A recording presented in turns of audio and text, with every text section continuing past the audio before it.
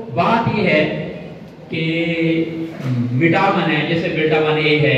Vitamin A है उसमें net blindness होता है, स्किन प्रॉब्लम होता है, चाइल्ड ग्रोथ होता है, इम्यून सिस्टम डेफिशिएंसी होती है। विटामिन B2 है जिसे बी कॉम्प्लेक्स कहते हैं, उसमें विटामिन B1 है जिसे थायामिन कहते हैं, विटामिन B2 है, नायासिन कहते हैं, विटामिन B3, विटामिन B2 जिसे राइबोफ्लेविन कहते हैं, विटामिन B3 जिसे नायासिन कहते हैं, विटामिन B5 जिसे पेंटोथेनिक एसिड कहते हैं, विटामिन B6 जिसे पायरिडक्सिन कहते हैं, विटामिन B7 जिसे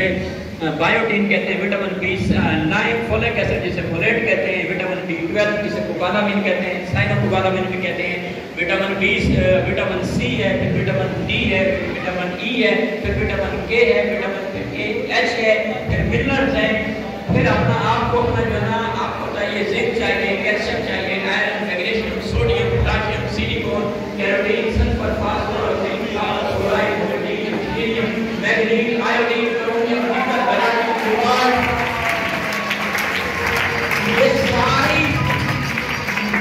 ये सारी चीजें जितनी बताई हैं इस पर मेरे लेक्चर में मौजूद हैं। ये सारी चीजें आपकी बॉडी को रोजाना चाहिए।